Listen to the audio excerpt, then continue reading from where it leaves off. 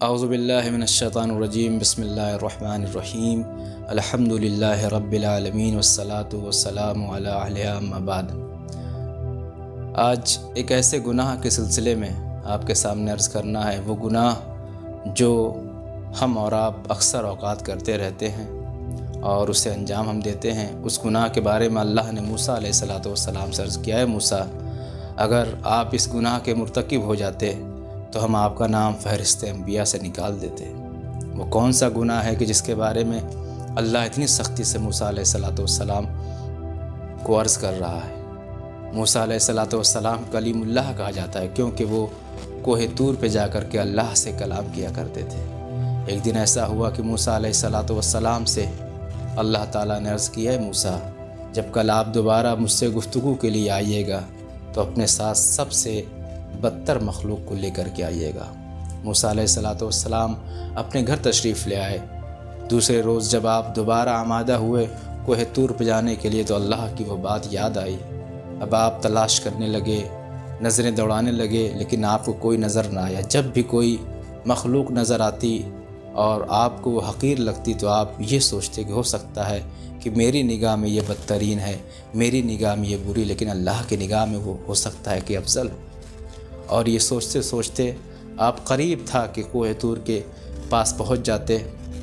جب کوہ طور کے پاس پہنچے تو آپ نے راستے میں دیکھا ایک نجس العین پڑا ہوا تھا، ایک کتا پڑا ہوا تھا، جس کا عالم یہ تھا کہ اس کے جسم کے اندر کیڑے لگے ہوئے تھے اور اس کے جسم سے ایک ایسی بدبو نکل رہی تھی جو ہر آنے جانے والے کو تکلیف پہنچا رہی تھی۔ موسیٰ علیہ السلام نے لمحوں میں تصور کیا کہ ہو سکتا ہے کہ یہی سب سے بدتر مخلوق ہو اور اسی کو میں خدا کے سامنے لے جا سکتا ہوں۔ ابھی یہ خیال کیا ہی تھا کہ دوسرا خیال ان کے ذہن میں آیا کہ ہو سکتا ہے کہ یہ کتا میری نگاہ میں سب سے بدتر ہو لیکن اس خدا کی نگاہ میں سب سے افضل ہو۔ اور یہ سوچ کر کے موسیٰ علیہ السلام نے اس کتے کو بھی ترک کر دیا اور خالی ہاتھ خدا کی بارگاہ میں حاضر ہو گئے۔ اللہ نے کہا، موسیٰ کیا میں نے تم سے کچھ کہا نہیں تھا؟ موسیٰ علیہ السلام نے عرض کی، میرے مالک تو نے کہا تھا، لیکن کیا کروں، مجھے کوئی بھی مخلوق کے بدتر نظر نہیں آئی۔ اللہ نے کہا، موسیٰ اس کتے کو کیوں چھوڑا ہے؟ وہ تو تمہاری نگاہ میں سب سے بدتر تھا۔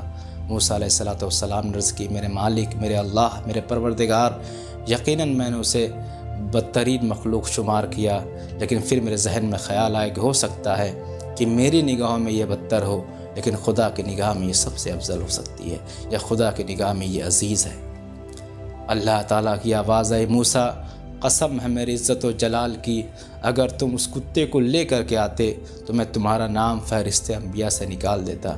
عزیزان محترم، آپ سوچیں کہ یہ تو ایک چھوٹا سا کتا ہے، نجس العین ہے، اور موسیٰ علیہ السلام جیسا نبی، اس کے لیے اللہ کہہ رہا ہے کہ اگر تم اس کتے کو لے آتے بدترین مخلوق سمجھ کر کے تو ہم تمہیں نبوت سے نکال دیتے۔ ذرا ہمارا اور آپ کا کیا حشر ہوگا؟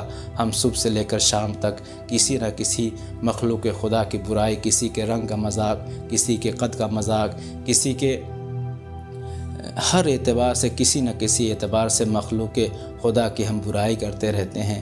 ہم ذرا سوچیں، کسی بھی مخلوق کے اندر نقص نکالنے کی، عیب نکالنے کی، یا اس کی طرف انگلی اٹھانے سے پہلے ایک بار سوچ لیں کہ وہ کس کا بنایا ہے۔ دراصل کسی مخلوق کی توہین کرنا، کسی مخلوق کے اوپر حرف لانا، دراصل وہ خدا کی توہین کرنا ہے، کیونکہ اللہ نے اسے ایسا بنایا ہے۔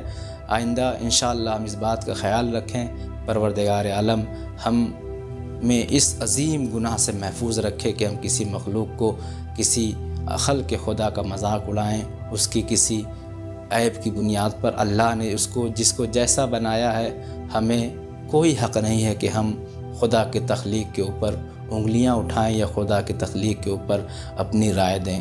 فقط والسلام ورحمۃ اللہ وبرکاتہ۔ اللہ تعالیٰ سے دعا ہے کہ پروردگار ہمیں توفیق دے کہ ہم زیادہ سے زیادہ ایسے چھوٹے چھوٹے جو واقعاً بہت بڑے گناہ ہیں ان سے پرہیز کر سکیں۔